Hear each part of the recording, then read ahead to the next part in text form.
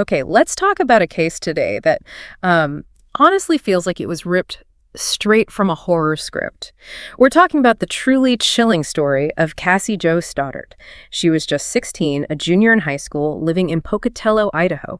And Pocatello, it was seen as this quiet, pretty safe town, a place where, well, everyone kind of minded their own business. Cassie, she had this goal, right? Save up money for a car. And because of that, she took a house-sitting job for her aunt and uncle. Their place was on Whispering Cliffs Drive, a bit more remote, these larger houses, kind of isolated. Her job was pretty simple. Just look after 3 cats and 2 dogs while the family was away. Yeah, and that setting it's quite significant, isn't it? You've got this supposedly safe town, but then this isolated house.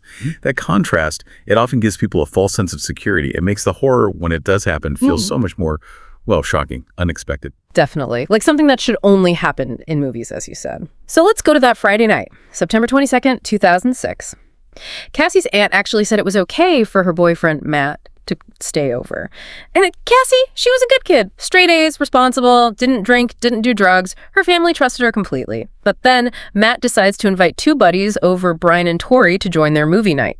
Cassie wasn't exactly thrilled. She'd only asked if Matt could come, Not the whole crew. And that right there, that first little change of plans, inviting extra people, it just adds this unknown element immediately. You start wondering, was this just teenagers being impulsive, or was there maybe something more planned behind Brian and Torey showing up? Those early details often tell you a lot. Right. So after they'd been there a while, Brian and Torey suddenly decide the movie night is lame or boring, and they're going to head to the actual movie theater instead. So they leave. And Cassie, honestly, she's probably a little relieved, finally alone with Matt. But then, maybe 15 minutes after Brian and Torey supposedly left, the power in the house just cuts out, completely dark. Cassie was, understandably, super freaked out, really uneasy, scared. Matt tried to calm her down, and eventually about half the lights flickered back on. So Matt calls his mom, asks if maybe he can stay the night because Cassie's so scared. His mom says no, but she does offer, for Cassie to come stay at their place instead. But here's where it gets really unsettling. Matt noticed something. One of these family dogs. It was standing right by the basement stairs, which were off the kitchen, and it was just barking, staring down those stairs. It would bark, then run back to Matt and Cassie, then go right back to the stairs barking again, over and over. Matt said it felt really uncomfortable, but he didn't go check it out. What does that tell you? About how we react or don't react to potential danger. That's such a critical point. It really speaks to what psychologists call normalcy bias.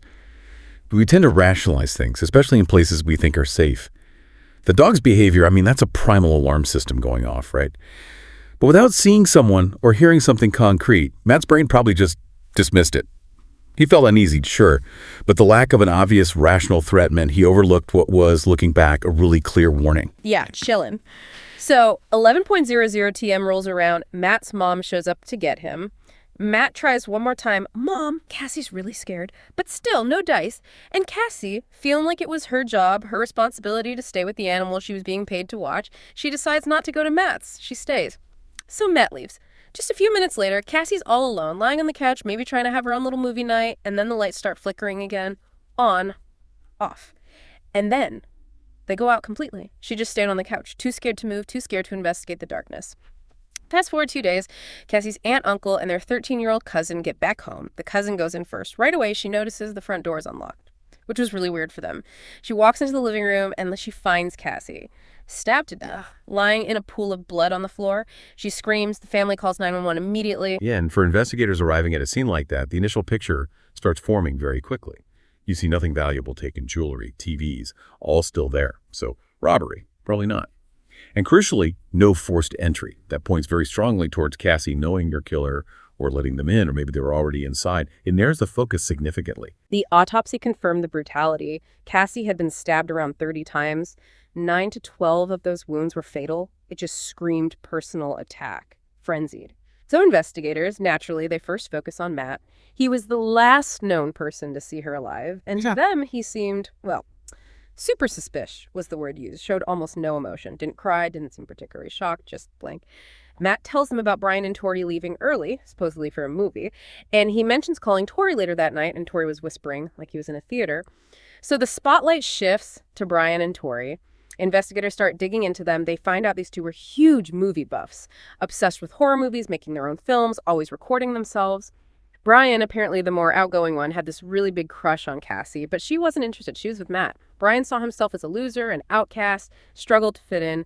But then investigators found something much, much darker about Brian, something beyond just teenage angst or unrequited feelings. He had this really disturbing obsession with the Columbine high school massacre. He actually idolized the shooters, saw them as fellow outcasts who finally got their revenge. And he had apparently said explicitly that he wanted to do something like them, wanted to be great like they were, chilling. That kind of identification, I mean, that's a massive red flag. It points to this deep psychological need for validation, maybe, turning feelings of being powerless into this quest for infamy through violence. Referencing Columbine like that, it's not just a casual interest. It sounds like he saw it as a potential roadmap for achieving some kind of twisted greatness. A really disturbing motive starts to emerge there. Absolutely. So when they question Brian and Torey, both stick to the story. Yeah, we were at Cassie's, but it got boring, so we left for the movies. They even had ticket stubs for a movie called Holes. But then investigators talked to everyone again a couple of days later. Matt takes a polygraph about Cassie's murder, and he passes, which puts Brian and Torey right back under the microscope. And Brian's movie story just completely falls apart. He can't remember the name of the movie he supposedly saw just days before, can't remember the plot, any actors, just that it was boring. For two guys who called themselves movie critics, even movie gods, that's incredibly suspicious. So the police check with the girl working the ticket booth at the theater that night. She knew Brian and Torey, and she was absolutely certain. I would remember seeing them. They were not there Friday night. Okay, investigators knew. They're definitely lying about something. Yeah, 5 days after the murder, September 27th, they bring Brian in again. This time, he's different, really quiet, withdrawn, upset. And then he just starts crying. And he confesses. He says, yeah, during the movie night, he slipped down to the basement, unlocked the back door. The plan, he claimed, was just a prank. Scare Matt and Cassie. So after telling them they were leaving for the movies, they actually just went outside, put on these creepy clown masks, black clothes, and they brought knives to make the prank more realistic, he said. They snuck back in through the basement door they'd unlocked, hid down there, started messing with the circuit breaker, turning the power on and off, like in the movie Scream. They thought Matt and Cassie would come downstairs to check the breaker, and then they'd jump out and scare them. But after Matt left, they kept messing with the power, trying to lure Cassie downstairs. But she never came. She stayed upstairs in the living room. And this is where you see that really disturbing shift. Calling it a prank almost sounds like giving themselves permission for something much darker. The masks, the knives, that goes way beyond a simple scare. Those are tools for, dehumanizing someone, for creating terror. It feels like the intent had already escalated way past a joke long before the actual attack. Sounds premeditated. Exactly. Brian then says Torey started getting really agitated, super amped up, kept saying things like he had to do it, he had to kill her, let's do it. So both of them went upstairs. Brian's first story was that Torey just went nuts, attacked Cassie, stabbed her over and over and over again. Brian claimed he never touched her, but later he admitted it, said he stabbed Cassie 3 or 4 times because Torey told him to, claimed he was scared of Torey. After Cassie was dead, they gathered everything, the masks, the clothes, the knives, everything they used, put it all in a bag, took it out to some woods and buried it. And then Brian led the police right to that spot, inside the bag. It was a chilling collection. Stick matches, black boots, different kinds of gloves, rubber ones, fingerless workout ones, a melted bottle of hydrogen peroxide, those creepy masks, a big dagger style knife, and just tons of other knives, large ones, small ones, silver ones. But the most crucial piece of evidence in that bag, a Sony videotape, a VHS tape. Wow. The sheer number of weapons, the disguises, and then a videotape. That just solidifies it, doesn't it? This wasn't impulsive. This wasn't heat of the moment. This was planned, documented. That physical evidence, especially tapes, damning proof of premeditation. Investigators watched it immediately, and it was basically like vlogs. Brian and Torey documenting their entire day leading up to the murder. On the tape, you see them actually writing down that they're going to kill someone that day. They talk right to the camera. They say they picked Cassie. They say they're sorry to her family, but they had to do it. Cassie has to die, end quote. Just like that. You see them driving around talking about how excited they are. Brian literally says, I'm so excited, we're going to kill someone. And Torey, off camera, you hear him say something unbelievably chilling. I'm horny, just thinking about it. The tapes also revealed this sick fantasy they shared. They wanted to go down in history like Ted Bundy or the Roadside Strangler. They talked about killing more people, earning their place alongside infamous serial killers. Now, the murder itself wasn't filmed, but those tapes, They made it absolutely clear. This whole thing was planned from the start. It wasn't an accident. It wasn't a prank gone wrong. It was cold-blooded, premeditated murder. And then there was more evidence too, security footage from a pawn shop showing Brian and Torey buying some of the knives just days before. One was confirmed as a murder weapon.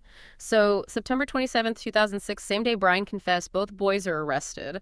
And right away they start pointing fingers. Torey claims it was all just like making a movie. Brian was the real killer. Brian says, no, it was just a joke that went wrong. Torey was the one who killed her. But those tapes really undermined any attempt to shift blame, didn't they? The planning, the shared excitement, that chilling dialogue, it showed investigators they were absolutely in this together.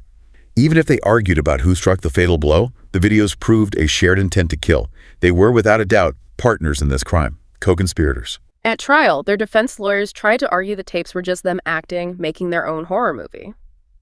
But the physical evidence was strong too. For Torey's conviction, they found Cassie's DNA on a knife, a shirt, and a glove, all items linked to Brian, actually. Brian's DNA was found under Cassie's fingernails on both hands, suggesting she fought back against him. But Torey's DNA wasn't found there. And on that videotape after the murder, you clearly hear Brian yelling, "I killed Cassie." Torey says very little about what he did. In the end, the jury didn't buy the acting defense. Brian and Torey were both convicted, first-degree murder and conspiracy to commit first-degree murder. Both got life in prison without parole for the murder, plus another 30 years to life stacked on top for the conspiracy charge. They both appealed immediately, of course. Brian claimed his Miranda rights were violated because his parents weren't there during one interview. But the courts reviewed it and found, nope, he was read his rights, he signed a waiver, he wasn't forced, and they actually stopped the interview when he did ask for his parents. So, appeal denied. Torey's appeal was a bit different. He argued he never actually admitted to stabbing Cassie, and you don't hear him confess on the tape. He also claimed his lawyer was ineffective, specifically about a search warrant for computers and electronics, saying it wasn't specific enough. And here's where another layer of just darkness about Torey comes out. When police searched his computer under that warrant, they found child pornography and evidence of animal cruelty. Just sickening. The court ultimately rejected Torey's appeal too, saying the warrant issue didn't make that horrific evidence inadmissible. So his appeal was also denied. Both life sentences stood. The aftermath for Cassie's family, it's just heartbreaking. Utter devastation. Her 13-year-old cousin, the one who found her, she was deeply traumatized, fell into a severe depression, and tragically even attempted suicide later. Cassie's aunt also suffered from deep depression, lost her job. She carried this immense guilt, feeling somehow responsible. And the aunt and uncle, they tried for years to sell that house on Whispering Cliffs Drive. But it was just this constant, terrible reminder. And as you'd expect, nobody wanted to buy it. It's a brutal illustration of the ripple effect, isn't it? A single act of violence like this doesn't just end one life. It sends shockwaves. It shatters families, traumatizes communities. The cousin, the aunt, their lives were irrevocably damaged. It shows the true, devastating cost that goes far beyond the initial crime. Yeah, absolutely. Then, years later, in 2012, there was a ruling from Idaho's Supreme Court. They decided that mandatory life sentences for juveniles, even for murder, were unconstitutional. Naturally, this brought Brian and Torey's sentences back into the spotlight, sparking debate. And in 2013, a documentary called Lost for Life came out. It interviewed both Brian and Torey, focusing on this exact issue: should juveniles get life without parole? In that film, Brian, well, he seemed to show quite a bit of remorse. He took full responsibility, said he accepted he'd probably never get out of prison. He seemed more mature, reflective. Although it's important to remember that during the investigation, police apparently found a list Brian and Torey had made of other people they wanted to kill. So Cassie might have just been the first. Torey, though, completely different story in the documentary. Still taking zero responsibility, still acting like he was the victim somehow. His mother was there too, constantly pawing over him, just refusing to believe her good son could do something like this, never mentioning Cassie or her family. Torey's dad just seemed kind of unsure, maybe? Brian actually said in the film that Torey was heavily influenced by the movie Scream, that Torey convinced him to do something based on it. Brian ended by saying he just doesn't get why Torey won't admit to anything. That contrast is really striking. It really makes you question, can you tell genuine remorse from just self-preservation? Brian's seeming acceptance versus Torey's absolute denial, even with mountains of evidence. It says a lot about where they are mentally, about their level of complicity. And let's not forget that other evidence found on Torey's computer, the child pornography, the animal cruelty, that paints an even darker picture of his underlying character, beyond even this horrific murder. This case, the Cassie Jo Stoddart murder, it's such a terrifying reminder, isn't it? That gut feeling you sometimes get when you're home alone, something just feels wrong. For Cassie, who was just being responsible, trying to earn some money, that feeling turned into a nightmare, a brutal, unthinkable reality. Yeah, the real horror here, I think, isn't just the violence itself. It's the cold planning, that desire for fame through murder, the absolute lack of empathy, especially from people who pretended to be friends. It really forces you to think about how easily dark thoughts can grow, even in people you'd least suspect. Thank you for joining us for this deep dive into such a disturbing case. We know it's heavy, but we hope exploring it gave you a clear picture of what happened. What part of this story stands out the most to you? Let us know. You can find more deep dives like this one on our channel, Horror Docs. Please remember to like, share, and subscribe if you want to support what we do. We'll be back soon.